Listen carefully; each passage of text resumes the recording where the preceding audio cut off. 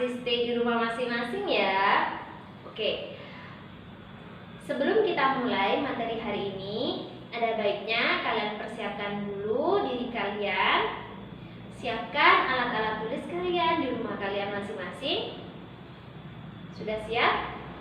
Oke, selanjutnya kita mulai pelajaran hari ini dengan berdoa masing-masing. Berdoa mulai. Berdoa selesai. Oke. Ya, jadi materi kita hari ini adalah semisal ada titik satu di sini dan ada satu lagi titik di sini. Bagaimana cara kita menemukan jarak antara titik A ke titik B? Jadi, materi kita hari ini adalah menentukan jarak dari titik ke titik. Oke, sebelum memasuki materi hari ini, Ibu ingin menunjukkan ke kalian terkait biografi Euclid. Silakan menonton. Halo guys, selamat datang di video kami. Pada video kali ini, kita akan bahas tentang sejarah filsafat geometri Euclid. Buat kalian matematika squad yang kepo banget sama Euclid, harus banget nih nonton video ini. Oke, selamat menonton. Nah, untuk yang pertama, kita akan bahas apa sih geometri Euclid itu? Matematika pada zaman Mesir kuno dapat dipelajari melalui artefak yang disebut papirus rin, di mana papirus rin telah memberikan gambaran bahwa matematika di zaman Mesir kuno telah berkembang sangat pesat. Geometri adalah salah satu cabang ilmu matematika. Geometri berasal dari bahasa Yunani, yaitu geo yang berarti bumi dan metria yang berarti ukuran. Secara harfiah, geometri dapat diartikan sebagai ilmu pengukuran bumi. Ilmu yang menyangkut geometri telah ada sejak zaman Mesir kuno, lembah sungai Indus dan Babylon, sekitar 3000 sebelum Masehi. Geometri mulai dikenal oleh Mesir kuno dalam perhitungan ukuran tanah untuk perpajakan. Awalnya, geometri hanya menitik beratkan pada jarak, luas, dan volume. Tetapi pada abad ketiga sebelum Masehi, geometri telah diletakkan dalam aksioma Euclid yang disebut geometri Euclid. Geometri Euclid selalu dikaitkan dengan seorang matematikawan terkenal sepanjang abad, yaitu Euclid dari Alexandria, Mesir. Euclid terlahir pada tahun 325 hingga 265 sebelum Masehi. Euclid terkenal sebagai bapak geometri, matematikawan kuno yang menghasilkan banyak karya monumental. The Elements. Buku ini menjadi karya manusia terkenal dan akan selalu digunakan sepanjang masa. Sekarang, The Elements termuat di dalam buku teks sekolah yang berkaitan dengan geometri dan teori bilangan. Buku itu terdiri dari 13 bagian buku. Adapun subjek-subjek yang dibentuk adalah teorema Pitagoras, persamaan dalam aljabar, geometri ruang, lingkaran, dan tangan.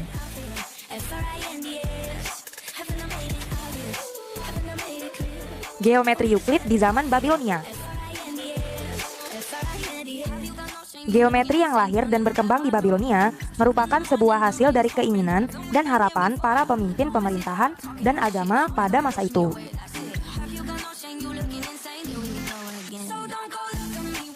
Hal ini dimaksudkan untuk bisa mendirikan berbagai bangunan yang kokoh dan besar, dan juga harapan bagi para raja agar dapat menguasai tanah untuk kepentingan pendapatan pajak.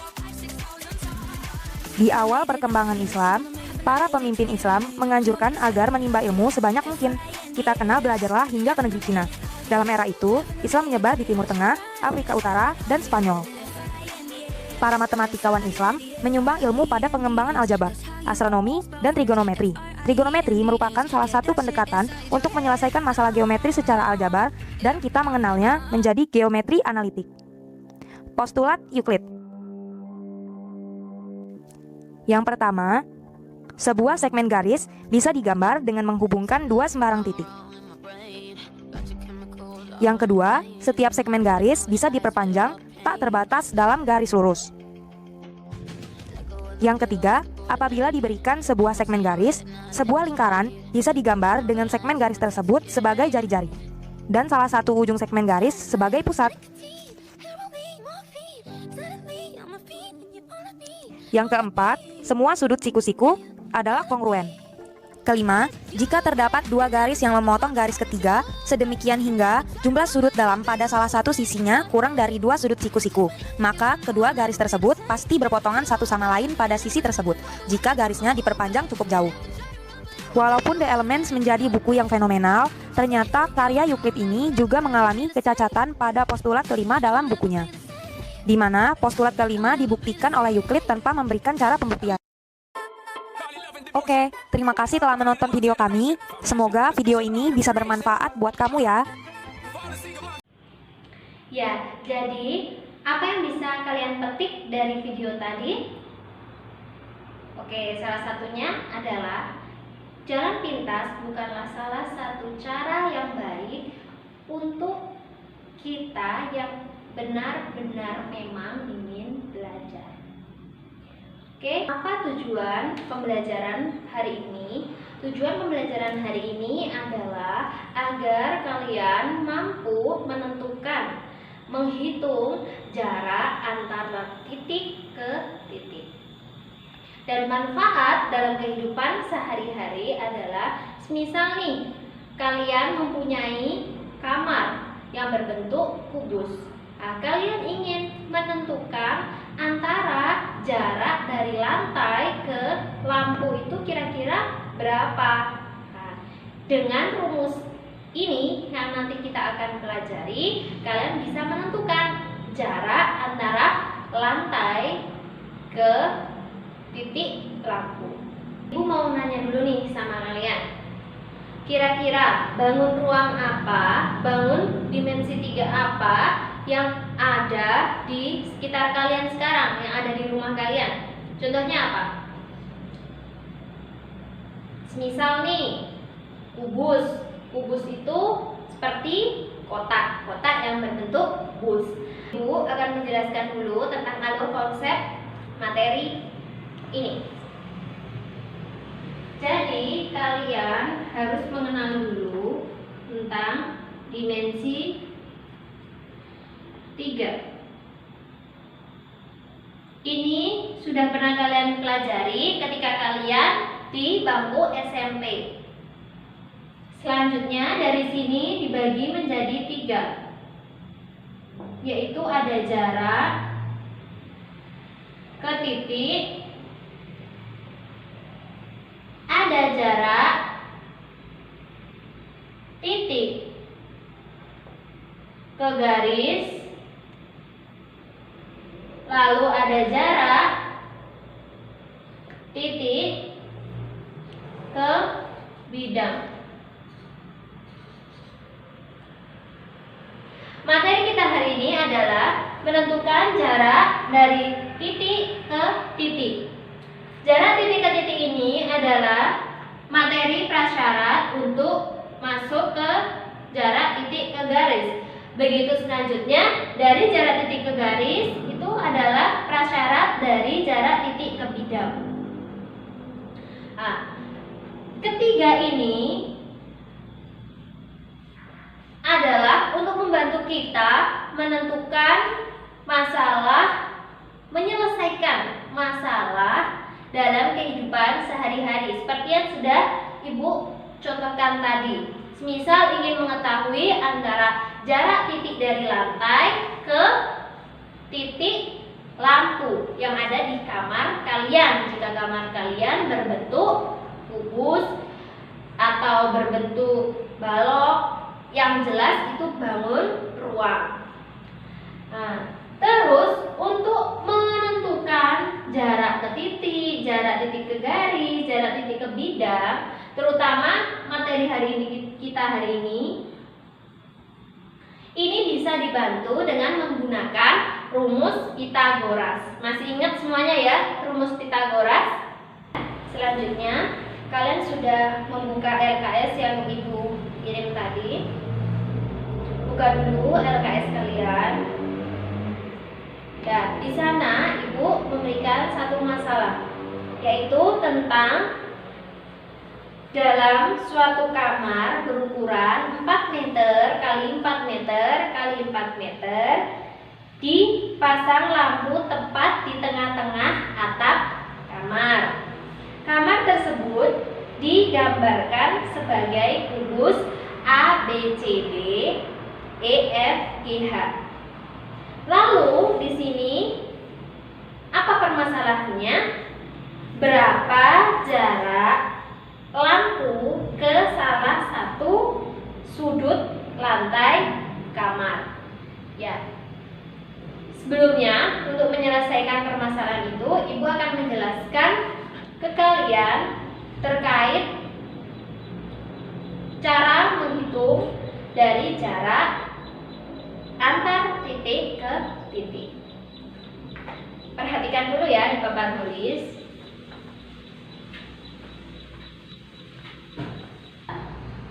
Kita punya titik di sini, titik A, lalu di sini titik B.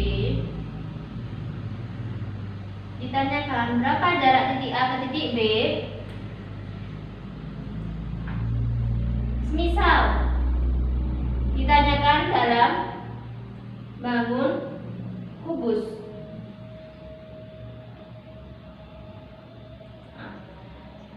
Kita bisa langsung menentukan. Kita lihat saja sisi dari kubus ini berapa. Misalnya 6. Maka jarak titik A ke B adalah 6. Tapi berbeda hal jika titik A di bawah dan titik B di atas.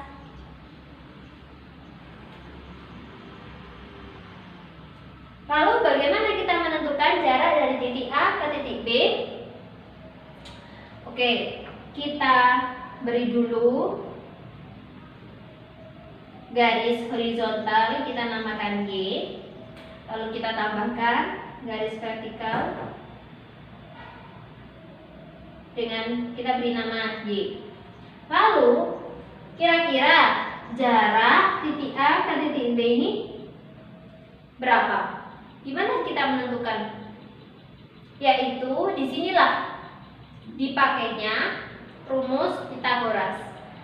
Kita tahu bahwasannya apabila di sini X, di sini Y, berarti rumusnya X kuadrat ditambah Y kuadrat. Ya. Lalu, semisal nih, kalau dalam Pitagoras dulu kita belajar ketika SMP, nah, di sana banyak ditemukan angka-angka yang sudah cukup familiar, yaitu seperti 3, 4, 5, lalu 5, 12, 13, ada juga 7, 24, dan 25, dan masih banyak lagi. Nah, itu angka-angka yang sudah pasti bilangan bulat triple Pitagoras yang mudah. Nah, tapi di sini di materi hari ini berbeda karena kita menggunakan tentang bangun ruang, yaitu di sana nanti kita akan menemukan banyak angka-angka akar-akar. Nah, lalu kalau seperti itu bagaimana cara menyelesaikannya? Misal ada segitiga siku-siku, tiga siku-siku. Nah, di sini A akar Q dan di sini A akar P. Kira-kira berapa nih jarak dari titik atas sini ke titik bawah sini? Kira-kira berapa? Gampang aja rumusnya. Jadi A akar P plus Q. Kok gampang banget, Bu? Pasti kalian pada tanya, gimana cara menemukan rumus ini? Coba ya, kita ulas lagi kembali. Kita tahu, kita permisalkan deh. Misalnya, ini Ibu hapus dulu. Ini kita permisalkan X. Oke, kita masukkan ke dalam rumus Pitagoras. Jadi X kuadrat sama dengan A akar Q kuadrat ditambah A akar P kuadrat. Lalu selanjutnya X kuadrat sama dengan A kuadrat Q ditambah A kuadrat P. Lalu selanjutnya kita coba keluarkan kuadratnya, A kuadratnya. Jadi A kuadrat sama dengan X kuadrat sama dengan A kuadrat dikali Q ditambah P.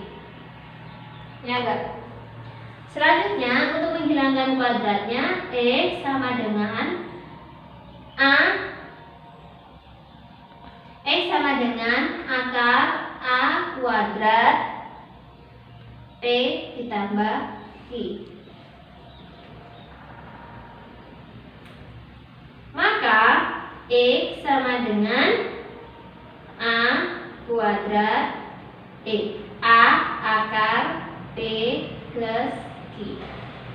Ya, jadi tadi kita temukan benar bukan? A akar P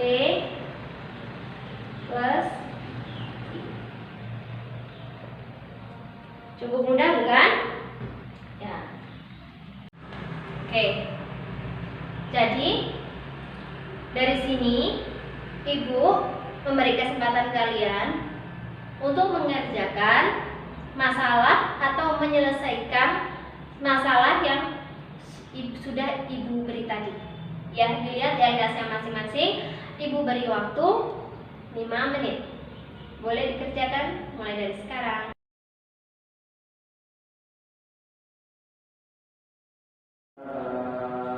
Oke, gimana? Sudah dikerjakan? Oke, selanjutnya kita akan bahas bareng-bareng terkait masalah tadi ya. Jadi tadi kan ada kamar yang kita gambarkan seperti bangun kubus, yaitu titiknya ada A, B, C, D, E, F, G, H dengan ukurannya yaitu sisi-sisinya 4 meter. Kalau kubus berarti sisinya sama semua ya, 4 meter. Nah, lalu yang tadi ditanyakan adalah berapa jarak dari salah satu sudut kamarnya ke titik lampu. Kita tahu di sana tadi titik lampunya itu adalah di tengah-tengah atap kamar itu. Jadi di sini kan titik sudutnya itu ada, sudut kamarnya itu ada A, ada B, ada C, dan ada D. Lalu kita permisalkan untuk titik lampunya di tengah-tengah atapnya itu kita permisalkan T. Ya, selanjutnya tadi yang diminta berapa jarak salah satu titik. Nah, di sini Ibu ambil di titik A. Gambarkan dulu nih.